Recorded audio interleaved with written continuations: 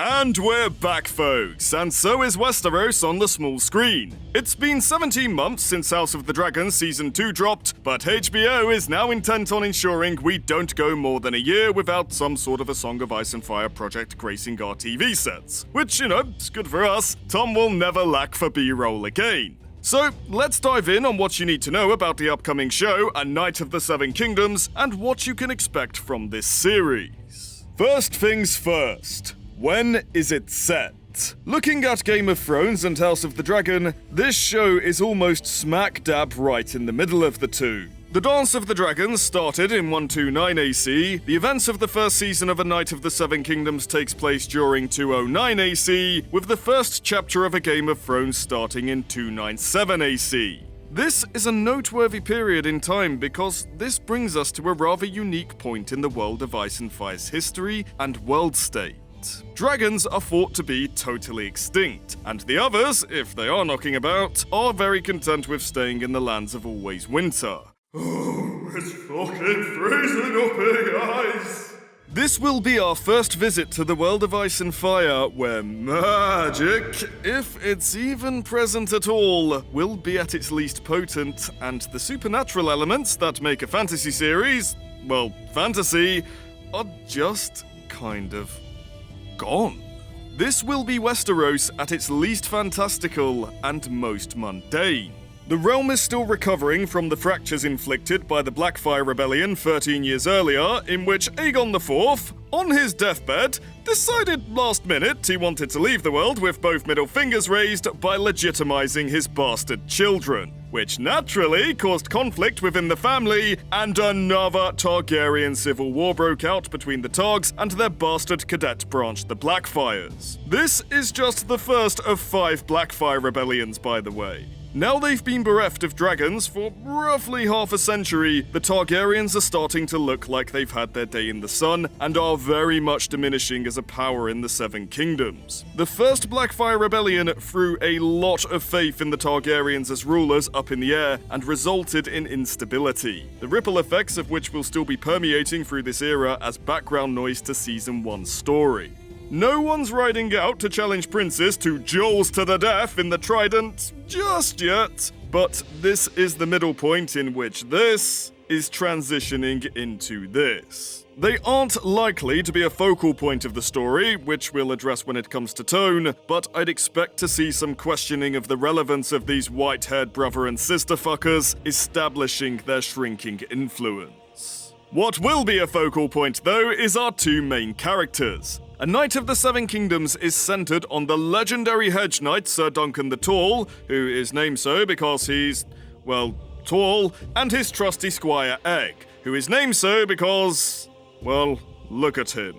Season 1 will follow our 2 heroes as they partake in a tournament at Ashford, a great place for people on either side of a civil war to squash beef by banging each other's heads in. We'll get to see some historically significant nobles here, like Lionel Baratheon, the Laughing Storm, and a distant relative of Big Bobby B. Finally, we might get to see a Baratheon swing a big bloody hammer on screen. Make it happen, Ira! Or you will join D&D who are buried in my basement. Alongside him, there will be some royalty in attendance, most notably the Hand of the King, Baelor Breakspear Targaryen, and Maekar Targaryen, and these his sons. And before you go, hang on a minute, his hair! Yes, Baelor is a Targaryen, and yet he doesn't have the silver hair that you're used to seeing, probably because his mummy's Dornish. Funnily enough, his distant relative Rhaenys Targaryen was also supposed to have black hair due to her strong Baratheon genes, but House of the Dragon was stout on it and we have no idea why. The reason I'm telling you this is because the Targaryens in this show have more than one hairstyle and color. Some of them have brown hair, black hair, blonde hair, and yet some still have the traditional silver hair. Anyway, tangenting. Baelor. Real stand-up guy. Heir to the throne and made of the finest kingly material. Think of him personality-wise as akin to Ned Stark. Then we have his brother Maekar Targaryen and his 2 sons, Aerion and Daeron. If Baelor's like Ned, then Maekar's like the Manus. A black hole where charisma goes to die, and much like Stannis, has little love from the small folk. But unlike Stannis, he's jerked and can kick most people's ass with his trusty mace. Yay! Another weapon that isn't a fucking sword! Gold star, George, gold star. His two sons, though, well, Daeron's sort of a fuck-up, to put it mildly. He's not really interested in boring tournaments, he's just here for a drink and a good time. Aerion... well, he's... I'm sorry, he's such a fucking... Yeah, I'm not going to use that word, it's not very PC. Anyway, let's get back to our beloved titular characters. While we will afford him the moniker of Sir, because I don't think it's spoilers to say by the end of his life he damn sure fucking earned it, it's implied Dunk was never truly knighted and simply used the good name of the hedge knight Arlen Pennytree, whom he'd squired for, in order to claim the title and access tournaments. Wait, why'd you call him a hedge knight? I'm glad you asked, buddy. Well, it can mean a few things depending on who in Westeros you ask. Either a wandering knight with no lands or noble titles seeking employment while defending the weak and innocent and doing all sorts of, knightly things, or an up-jumped sellsword who got tapped on the shoulder by another up-jumped sellsword because they killed the right people, or basically a bum with a sword with no roof over his head so he sleeps under the hedges. Hence the name Hedge Knight. Dunk, however, is one of those rare few cut from a different cloth. Your belt's made of rope.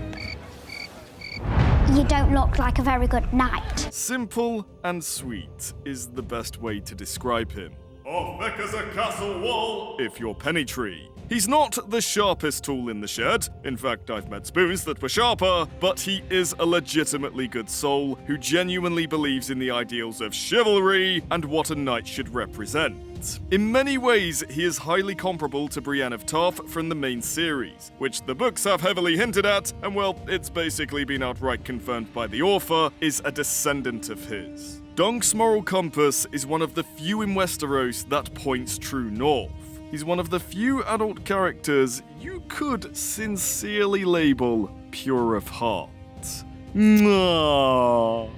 Alright, he's Baelor the Blessed to come again, but let's get down to business. How badass is he, and can he beat the Mountain? Well, we have a video on one of those things in the works already, but as a warrior, Dunk is, well, at the beginning of his illustrious career, and, he's brave, tenacious, and resilient.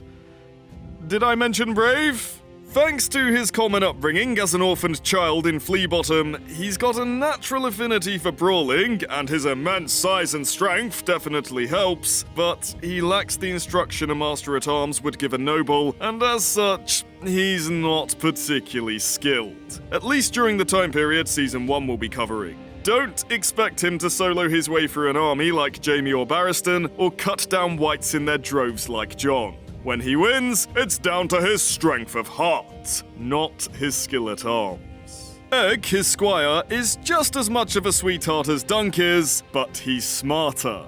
In many, many, many ways. On top of being quite the cheeky chappy. What's your name? Sir Duncan the Tall. Never heard of him. Do you know every knight in the Seven Kingdoms, then? The good ones.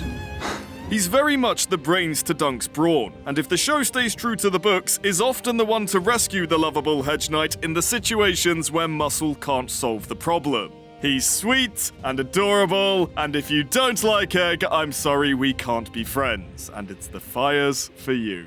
What can you expect from the show? Well, with 6 episodes and a total runtime of around 3 hours, it's a much more intimate story focused on a single setting. This will probably elicit a knee-jerk reaction for most casual fans of the World of Ice and Fire shows who are used to epic battles, dragons, and ice zombies. Because this is about as plain as can be. But don't confuse that for being boring, because these stories are anything but. The Tales of Dunk and Egg are small episodic adventures about the two lead characters traveling Westeros, participating in tournaments, and offering their services to commoners and nobles alike. Each season is self-contained, and isn't that just music to your ears? Even if HBO decide to be major dicks and pull the show, every season will resolve itself to a satisfying conclusion. No Dany stuck in the Dothraki Sea. No Stannis stuck in the snow. And no George stuck trying to finish that book he promised us 13 fucking years ago! To compare this to another franchise, and in no way insert a cheeky plug to our Star Wars channel, Fandome, think less Clone Wars and more the travels of the Mandalorian and Grogu, and you'll have an idea of what this is going to be like. It's a very boots-on-the-ground sort of tale. Fights are smaller, intimate struggles rather than grand, epic battles. The stakes of each story are relatively low in the grand scheme, and the focus is more with the characters and struggles of Dunk and Egg as individuals and the bond they forge throughout their questing. The storytelling lens centers more around the lower social classes of Westeros. Less throne rooms and war rooms, and more chasing down that fucking thief who just stole my bag of gold from local market. When Dunk does gain access to any form of nobility, it's often from the position of a bended knee, so to speak. But what's really going to catch you off guard with this series, if it's anything like the books, is the tonal whiplash from what we've had on screen before. If the description of Dunk and Egg's characters didn't give it away already, this is a tale of hope, decency, and optimism. An exploration of what it means to be a knight, and the concepts of honor, valor, and heroism are the focal point. Over zombie and winged lizard apocalypses, and the political intrigue of shady motherfuckers doing shady motherfucker things at court. Make no mistake, Westeros as a realm is still as cynical, grim, and gritty as it's always been. But if this show is as faithful to the books as they're claiming, Dunk and Egg will serve as this bright and noble light cutting through the morally grey darkness. At least for a little while, so enjoy it while it lasts. And that's our take. Are you as excited as we are for A Knight of the Seven Kingdoms? What are your hopes for the show?